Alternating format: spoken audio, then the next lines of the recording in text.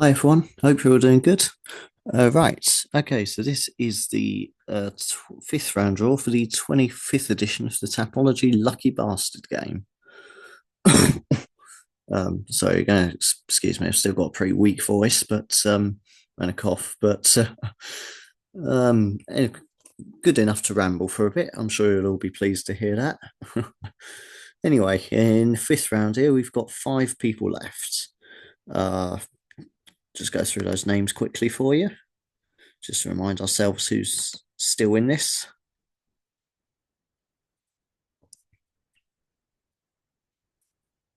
Okay, those five people are Foghorn Sam, It's Your Boy SB, Jack Soto, Piggy Bank, and Ex-Con Chris. Right. Okay, so I'm going to try and keep the introduction short, obviously, both for your psychological benefits, but also because my voice won't last very long. But anyway, for this one, we've got the last UFC card of the year. What the UFC is not going to be back in town until 12th of January. Um, um, anyway, we've got Colby Covington versus Joaquin Buckley headlining this one, welterweight matchup, and yeah, it's one of those. I'd say Colby is obvious. I would say he's the more experienced. He's fought the higher level opponents in his career, but the truth is his results against them haven't always been great. But I do still rate when fighters that have been at the top of the sport. But what I don't like is how inactive he's been. Compare that to Joaquin Buckley, who has been very active within the last year, particularly putting together a nice string of knockout and submission wins as well. Um, and because of that, I can actually see Buckley winning by a later knockout. A fourth round knockout is what I've got Buckley for, because Covington's chin has been cracked before. So Shogun Buckley for fourth round KO for me. Right, five of you to get through. Got the wheel here. Right, first up is Foghorn Sam. Christ. Right. Okay, so let's see who the wheel has in store for Foghorn Sam. And it's Daniel Marcos for Foghorn Sam there. It's,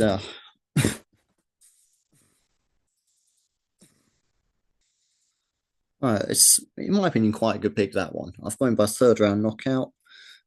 He is still a little bit inexperienced. He's still a prospect, 16 and 0 though, so he's a very good prospect. Obviously, he comes from the contender series, as a lot of the fighters do these days, and he's up against Adrian Yanez.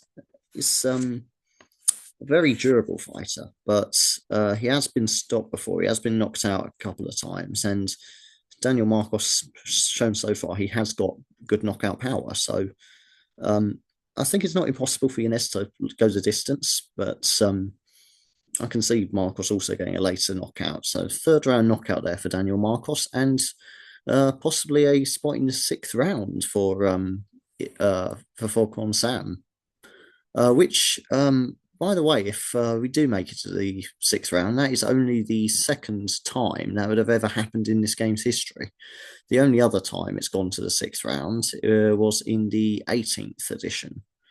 But and with five of you in this one, it's likely that at least two of you will go through to that 18th, to that 16th, 16th. That would be something, wouldn't it? Um, sixth round. Anyway, it's your boy SB is next to face the wheel. And he gets Sean Woodson. Sean Woodson for It's Your Boy SB.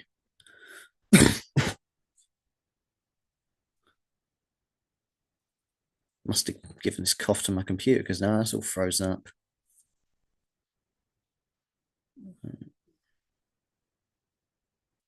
Uh, Yeah, just gonna have to bear with me a second because my little cursor's just spinning around in circles on my Excel sheet, not doing shit. There we go. All right, Sean Woodson, another one I've picked, this time by decision.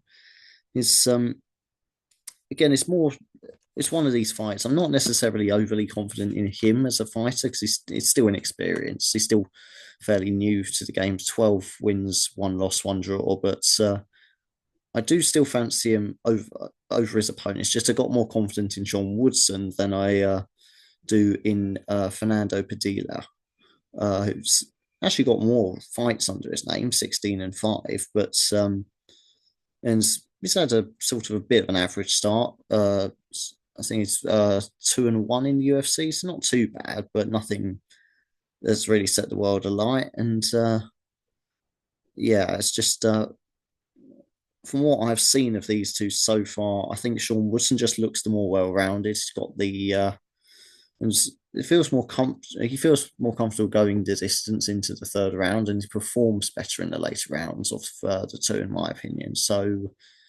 I think that's a decent pick there as well for It's Your Boy SB. Jack Soto next to take on the wheel.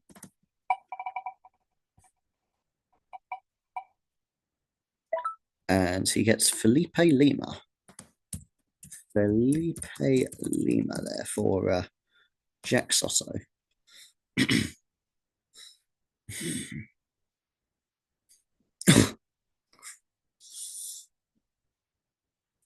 Right. He's up against Miles Johns, who I've picked to win this one by a decision. Partly probably because I'm just more familiar with Miles Johns. I'm going to be completely honest. I just feel like I've seen more of his fights than I have of Felipe Lima's.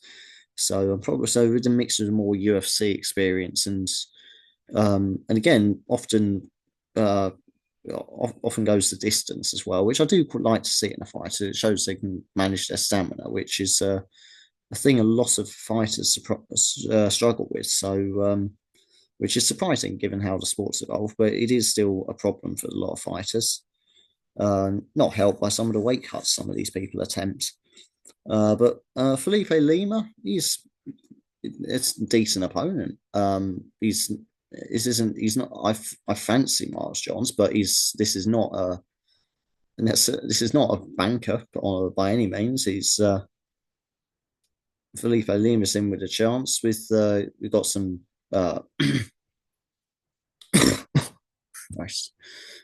Um, only had the one fight in the UFC so far. That's one he won by submission.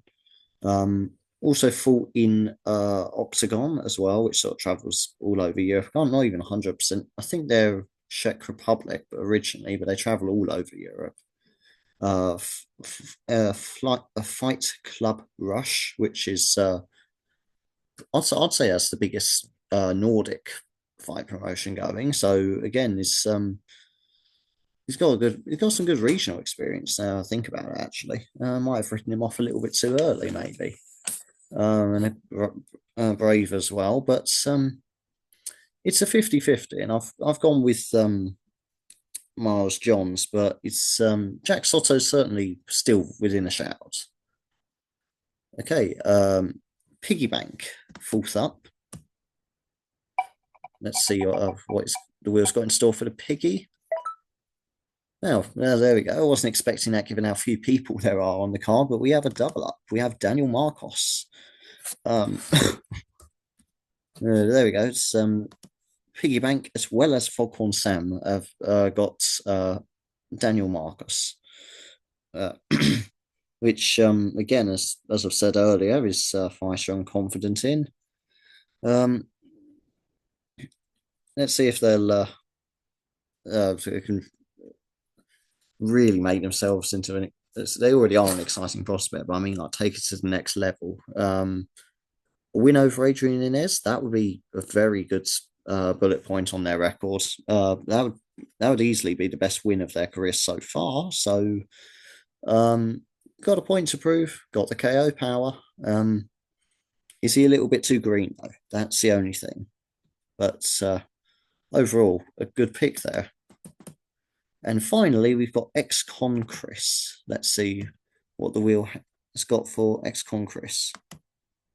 If it's going to spin.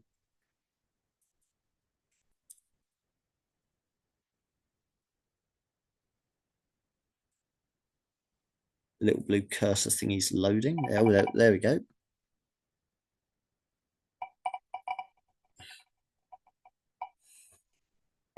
And he gets Billy Carantillo. Billy Carantillo there for ex-con Chris. Billy Carantillo. And he's up against the legend and veteran Cub Swanson. I have picked Carantillo for a decision win here. Simply because I would say as of their latest form, Carantillo's looked better. Thing. But Cub Swanson's still very much holding his own, even at 41 years old. He lost his last one, but that was a very close decision loss against Andre Philly, which is nothing to be ashamed about, especially that stage of his career. But yeah, Carantillo is fairly experienced himself, actually. 18 wins, 6 losses. He's got, obviously, that's nothing compared to Cub Swanson's 29 and 14, but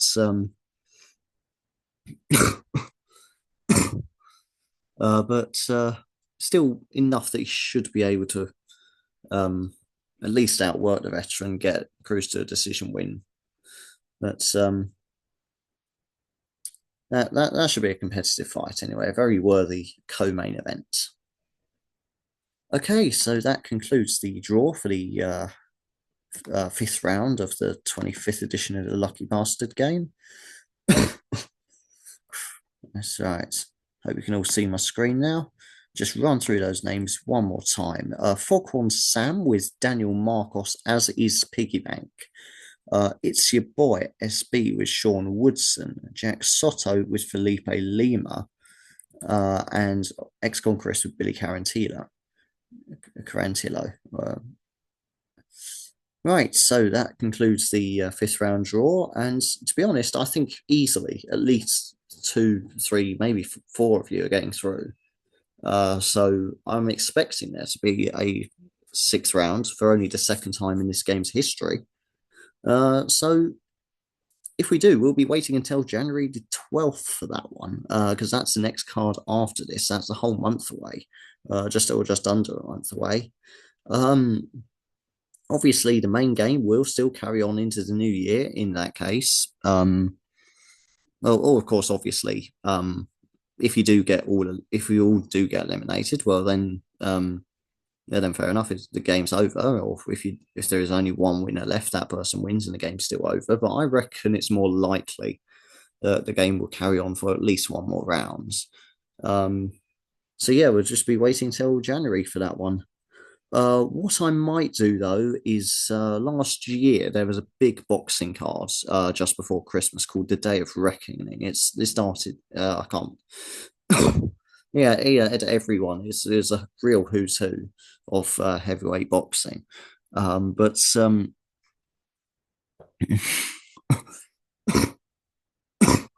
anyway, there's on the 21st of December there is the rematch between Alexander Usyk and Tyson Fury. That's also a stacked card as well. What I'm thinking of doing is like the Day of Reckoning, which was just a special one-off, one-round game where you either got a winning fighter or you didn't, and you were one of the winners of the game, or you lost it. I might do the same for the Usyk Fury one as well, just to kill the time a little bit. If that's something you're all interested in, all the original entrants to this game will be invited back into it. So if that's something you're interested in, I'll let me know about that. I'll post that in the thingamabob, the thread, the Lucky Bastard Game thread on Tapology. Or maybe if you find another event you want to do instead, that's fine. We could go with that or whatever. But it's anyway, it's something to consider. Cross that bridge when we come to it. But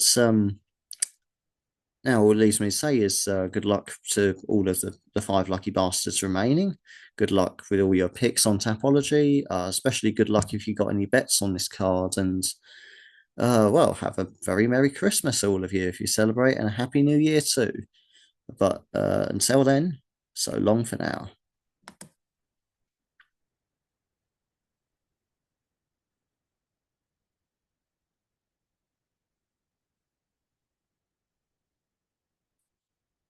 Where the fuck has the, there it is. Pause, stop recording.